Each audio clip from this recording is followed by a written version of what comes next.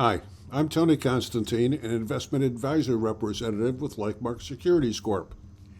Heading into 2023, one of the big topics is still inflation. We're working on it, but we haven't beaten it just yet. I fear that many people don't really understand it, how it happened, or what's really going on. So we're going to do a short demonstration of inflation to give you a better idea and a little bit better handle on it. Now, this is going to be very shallow, so don't be overly critical. And the views here are my views, not necessarily those views of Lifemark Securities Corp. But picture, if you will, a gentleman, we'll call him Mr. Carpenter, has a pile of wood. He's got the option to either use it for kindling or to make something with it. So he decides that chairs are going for about $10 a piece, so he's going to make a chair with his wood, which he does. As he gets it finished and sits it on his showroom floor, a gentleman comes in and says, "Hi, I'm Mr. Worker. I'm looking for a chair. I want to be able to sit down and relax and refresh myself, so I think I could do that best with a chair." Well, Mr. Carpenter says, "I just completed one here, just put it out there on the floor. I'm looking to get $10 for it." Mr. Worker says, "Well, I'll go look at it and I'll let you know." Well, as he's looking at the chair, another gentleman walks in and he says, "I'm Mr. Unemployed. I just cashed my unemployment check and I got my COVID relief check today, so I cashed that too, and I want to buy a chair so that I can sit down and rest and refresh myself." Well, Mr. Carpenter says, "Well, I've got one chair. This other gentleman is looking at it. We're talking about $10 for the chair." "So you've only got one?" "Yes." "Well, I'll give you $15 for it." That's supply and demand. Demand is now higher than the supply. And we've got the added incentive of more money. You see, the gentleman, Mr.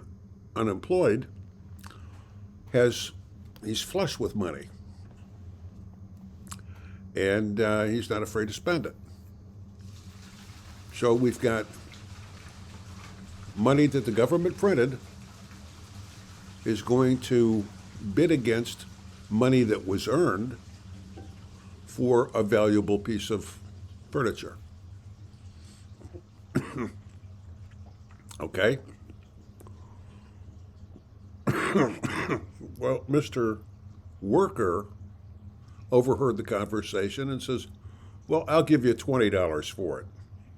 Here. I just got my paycheck today and I got a COVID relief check as well, so I could afford the $20 for the chair." So he buys the chair for $20, takes it out the door.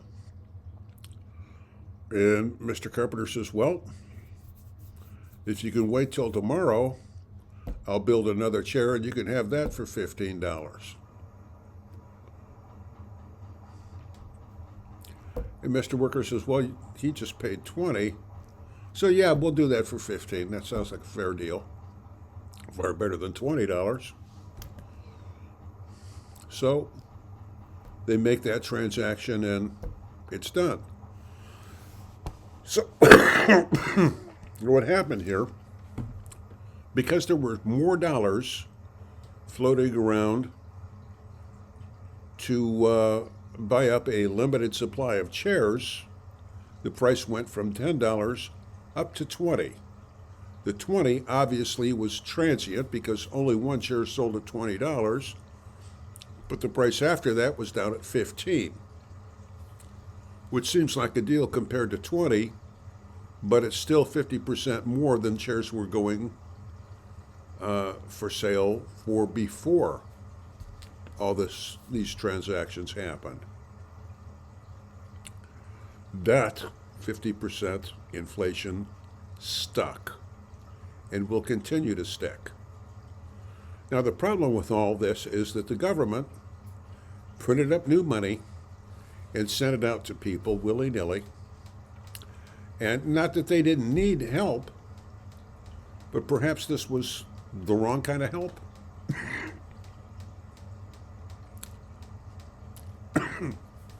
And it's going to lead to even more difficulty in a few months.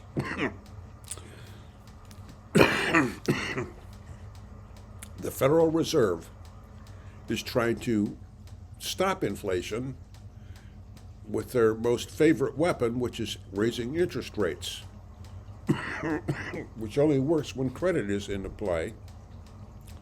But sooner or later, it's always going to be in play.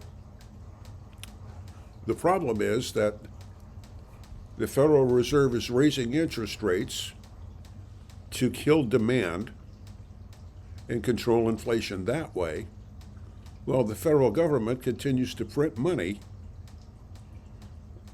to help people and spurs inflation onward.